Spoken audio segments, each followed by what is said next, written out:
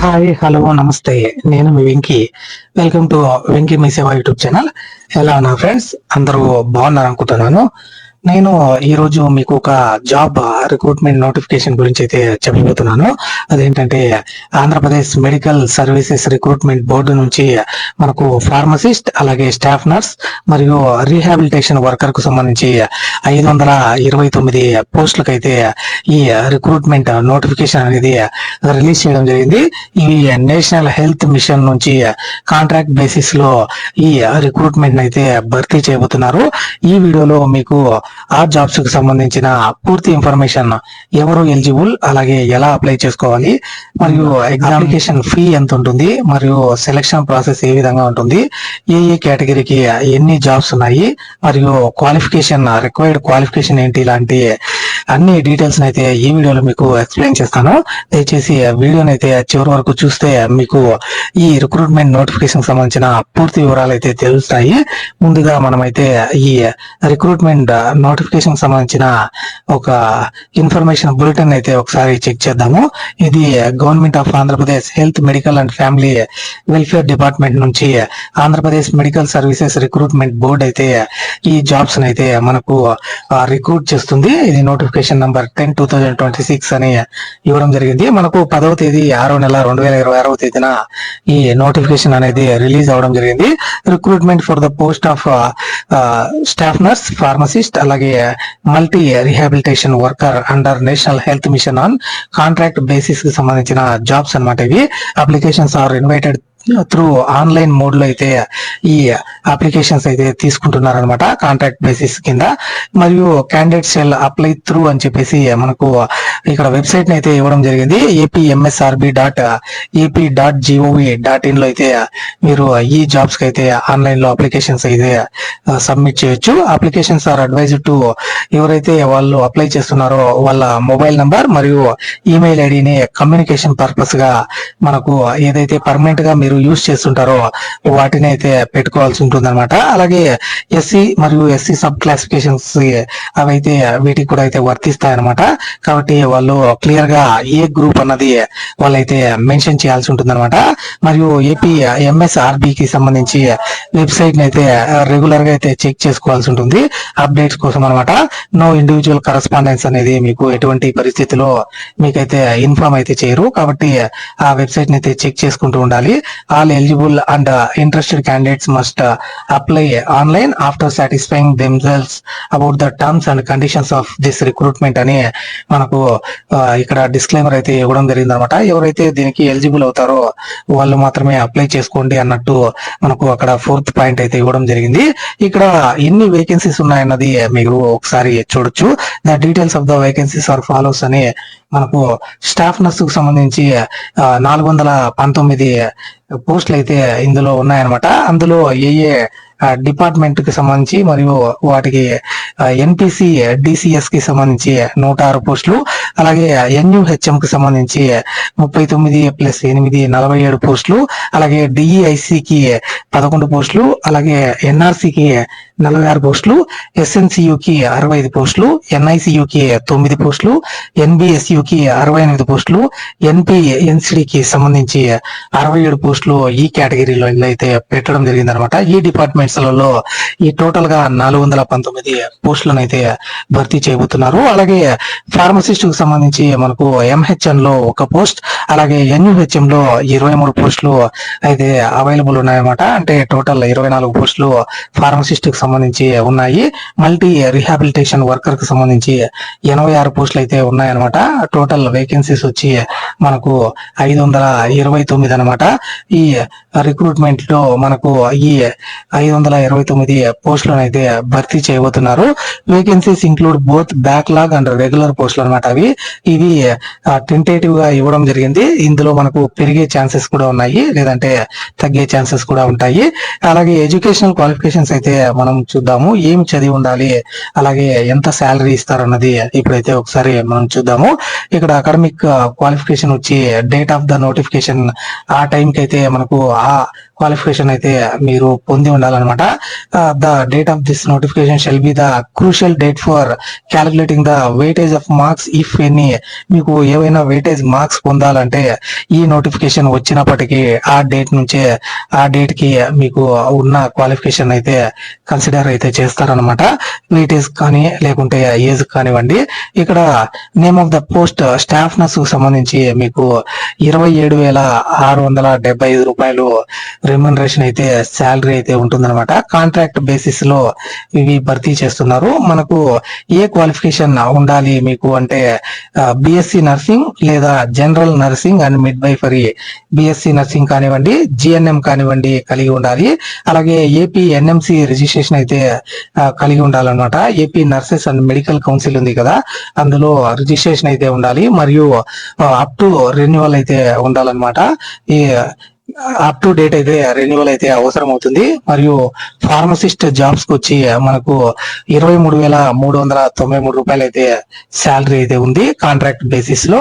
దీనికి మీరు D pharmacy కానివ్వండి, బి ఫార్మసీ కానివ్వండి, లేదా intermediate vocational course in pharmacy recognised by government of Andhra Pradesh లో అయితే మీరు ఈ డి ఫార్మా లేదంటే బి ఫార్మా మరియు వొకేషనల్ కోర్స్ అయితే చదివిన వాళ్ళు దీనికైతే ఎలిజిబుల్ అవుతారు. అలాగే ఏపీ ఫార్మసీ కౌన్సిల్ లో మీరు అప్ టు డేట్ అయితే రెన్యువల్ అయితే చేయించుండాలన్నమాట. ఏపీ ఫార్మసీ కౌన్సిల్ సర్టిఫికేట్ అన్నమాట. ఇది ఫార్మసిస్ట్ కి సంబంధించిన మనకు ఎడ్యుకేషనల్ క్వాలిఫికేషన్స్. అలాగే మల్టీ రిహాబిలిటేషన్ వర్కర్ ఎన్పిహెచ్సిఈ కి సంబంధించి 23,494 రూపాయలు మనకు శాలరీ అయితే రెమ్యూనరేషన్ అయితే ఇవ్వడం జరుగుతుంది. మరియు దీనికి కావాల్సిన క్వాలిఫికేషన్ ఏంటంటే 10+2 ఇంటర్మీడియట్ అయితే చదివి ఉండాలి, లేదా దానికి ఈక్వివాలెంట్ గా ఉన్న క్వాలిఫికేషన్ అయితే కలిగి ఉండాలి. మరియు 1.5 year certificate course of multi rehabilitation worker from a recognized university. Multi rehabilitation worker కి సంబంధించిన 1.5 year కోర్స్ సర్టిఫికేట్ అయితే రికగ్నైజ్డ్ యూనివర్సిటీ నుంచి అయితే పొంది ఉండాలన్నమాట. అలాగే registered as rehabilitation personnel under RCI act 1992. మీరు ఆర్సిఐ యాక్ట్ 1992 లో మీరు రిజిస్టర్ అయితే అయ్యి ఉండాలన్నమాట. అప్పుడే మీరు దీనికైతే ఎలిజిబుల్ అవుతారు. ఇక్కడ రిజర్వేషన్స్ అని మనకు ఇవ్వడం జరిగింది అనమాట. As per state government reservation ఈ పోస్టులను అయితే రోస్టర్ పాయింట్ ప్రకారం మనకు ఇవ్వడం జరుగుతుంది. అలాగే పర్సన్స్ విత్ డిజేబిలిటీకి సంబంధించి కొన్ని డీటెయిల్స్ అయితే ఇవ్వడం జరిగింది. ఎవరైతే బ్లైండ్, డెఫ్, లోకో మోటార్ డిజేబిలిటీ కలిగి ఉంటారో వాళ్ళు వాటికి ఎంతవరకు ఆ పర్సంటేజ్ అనేది యాక్సెప్ట్ చేస్తారన్నది డీటెయిల్స్ అయితే ఇక్కడ ఇవ్వడం జరిగింది. అలాగే ఈడబ్ల్యూఎస్ వాళ్ళకి 10% రిజర్వేషన్ అయితే ఇస్తారనమాట. అలాగే ఎస్సీ ఎస్టీ వాళ్ళకు కూడా మనకు యాజ్ పర్ గవర్నమెంట్ నామ్స్ అయితే ఆ రిజర్వేషన్స్ అయితే హారిజెంటల్ రిజర్వేషన్ అయితే ఉంటుంది. మరియు ఏజ్ కు సంబంధించి మినిమం 18 సంవత్సరాలు అయితే ఉండాలి. మాక్సిమం 42 years అయితే కలిగి ఉండాలన్నమాట. అంటే 1/1/2026 అప్పటికి మీకు 18 సంవత్సరాల నుంచి 42 సంవత్సరాల వయసు ఉన్న వాళ్ళు దీనికి ఎలిజిబుల్ అవుతారు. No person shall be eligible if less than 18 years and is more than 42 years. ఎవరైతే 18 ఏళ్ల లోపల ఉంటారో లేదంటే 42 సంవత్సరాలు పైన ఉంటారో వాళ్ళకైతే ఎలిజిబిలిటీ అయితే లేదు. అలాగే age relaxation is applicable to the categories as detailed below అని ఎస్సీ ఎస్టీ మరియు బీసీ మరియు ఈడబ్ల్యూఎస్ వాళ్ళకి 5 years అయితే ఏజ్ రిలాక్సేషన్ అయితే ఉంది. అంటే 47 years వరకు అయితే మీరైతే అప్లై చేసుకోవచ్చు. Persons with bench mark disabilities PWD candidates కి 10 years అయితే ఏజ్ రిలాక్సేషన్ ఉంది. అలాగే ఎక్స్ సర్వీస్ మెన్ కి 3 years అయితే ఏజ్ రిలాక్సేషన్ అయితే మనకు పెట్టడం జరిగింది అనమాట. మీరు దానికి సంబంధించిన సర్టిఫికేట్స్ అయితే మీరు సబ్మిట్ చేయాల్సి ఉంటుంది ఏజ్ రిలాక్సేషన్ సంబంధించి. మరియు only Andhra Pradesh state candidates are eligible to apply. There is no other option అనమాట.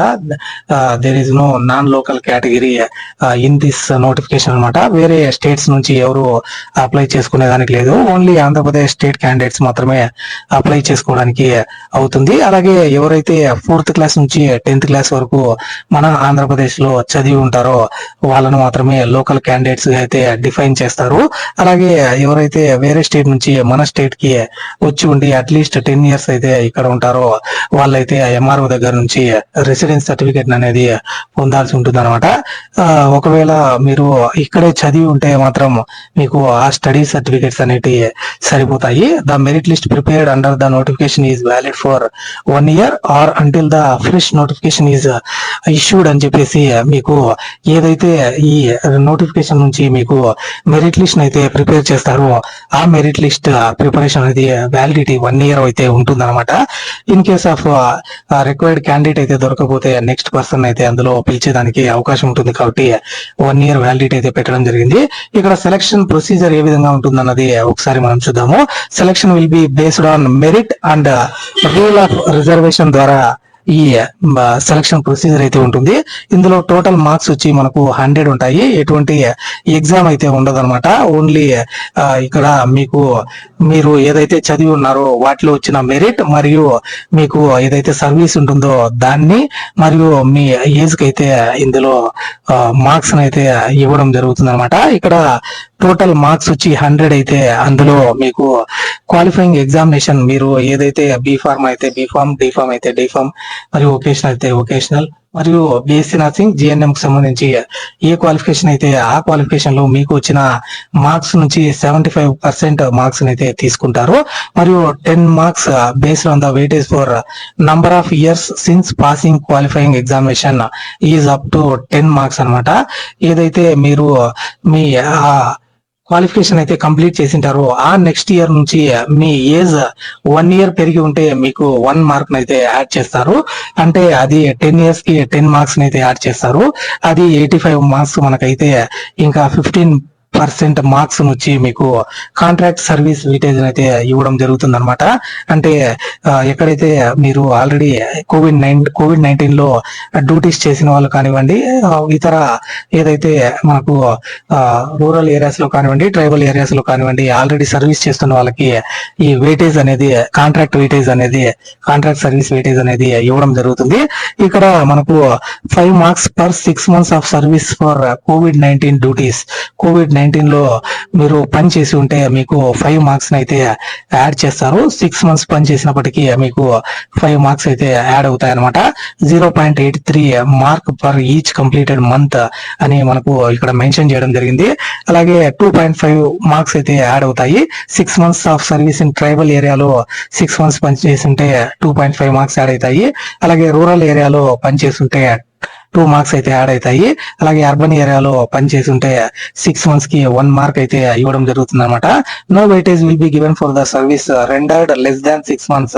6 months కంటే లోపల మీరు వర్క్ చేసి ఉంటే మీకు వెయిటేజ్ అనేది ఇవ్వరు.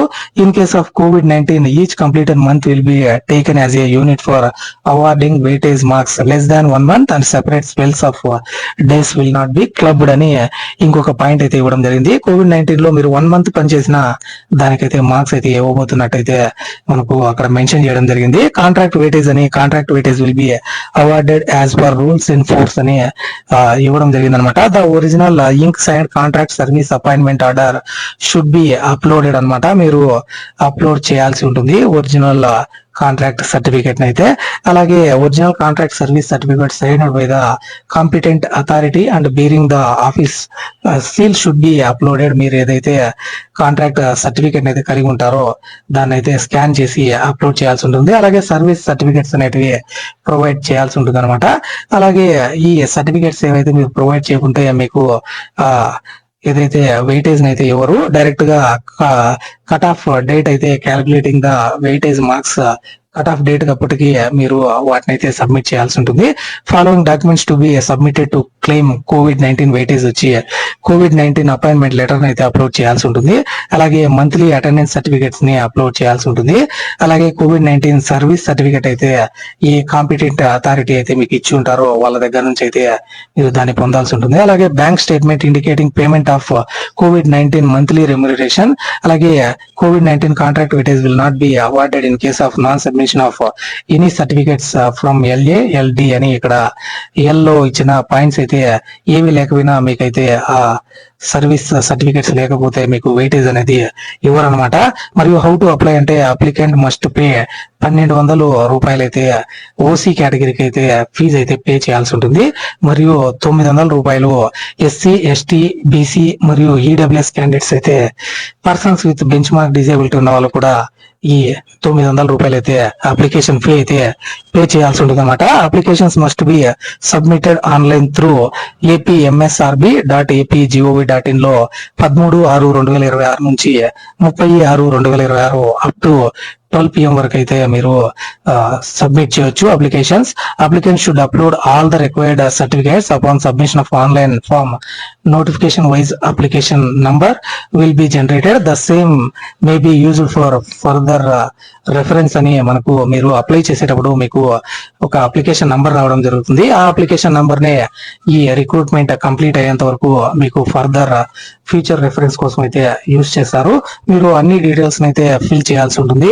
Incomplete or incorrect application will be summarily rejected అనమాట. మరియు the applicant should not furnish any particulars that are false, tampered or fabricated అని కరెక్ట్ ఇన్ఫర్మేషన్ అయితే ఇవ్వవలసి ఉంటుంది.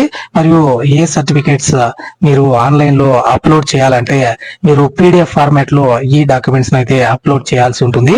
లేటెస్ట్ ఫోటోగ్రాఫ్ అండ్ సిగ్నేచర్ మరియు 10th మార్క్స్ మేమో, అలాగే ఇంటర్మీడియట్ మార్క్స్ మేమో, మరియు study certificates from 4th to 10th class అనమాట. ఎందుకంటే అది లోకల్ క్యాండిడేచర్ అయితే డిసైడ్ చేయడానికి. అలాగే బిఎస్సి లేదా జిఎన్ఎం లేదా B Pharmacy D Pharmacy pass certificate with marks memo అయితే అప్లోడ్ చేయాల్సి ఉంటుంది. 1.5 year certificate of multi rehabilitation worker course certificate అయితే మార్క్స్ మెమోతో సహా అప్లోడ్ చేయాల్సి ఉంటుంది. అలాగే AP NMC council registration with up to date renewal certificate అయితే అప్లోడ్ చేయాల్సి ఉంటుంది. అలాగే ఏపీ ఫార్మసీ కౌన్సిల్ సర్టిఫికేట్ అయితే రిజిస్ట్రేషన్ సర్టిఫికేట్ ని అప్లోడ్ చేయాల్సి ఉంటుంది, లేదా రెన్యువల్ సర్టిఫికేట్ అనమాట. అలాగే రిహాబిలిటేషన్ పర్సనల్ సర్టిఫికేట్ ఆర్టీఐకి సంబంధించి, ఆర్సీఐకి సంబంధించి ఆ సర్టిఫికేట్ కూడా అప్లోడ్ చేయాల్సి ఉంటుంది. ఒకవేళ కాంట్రాక్ట్ సర్వీస్ సర్టిఫికేట్ ఉన్న వాళ్ళు ఆ సర్టిఫికేట్ ని, మరియు ఈడబ్ల్యూఎస్ వాళ్ళు ఆ సర్టిఫికేట్, ఈడబ్ల్యూఎస్ వాళ్ళు ఆ సర్టిఫికేట్, మరియు పీడబ్ల్యూడి క్యాండిడేట్స్ ఆ సర్టిఫికేట్ అయితే సదరం సర్టిఫికేట్ అయితే అప్లోడ్ చేయాల్సి ఉంటుంది. మరియు caste certificate SC ST BC వాళ్ళు క్యాస్ట్ సర్టిఫికేట్ అప్లోడ్ చేయాల్సి ఉంటుంది. ఈడబ్ల్యూఎస్ వాళ్ళు కూడా ఆ సర్టిఫికేట్ ని అప్లోడ్ చేయాల్సి ఉంటుంది. మరియు ఎస్సీ గ్రూప్ 1 గ్రూప్స్ కి సంబంధించిన సర్టిఫికేట్ కూడా మీరు ప్రొడ్యూస్ చేయాల్సి ఉంటుంది.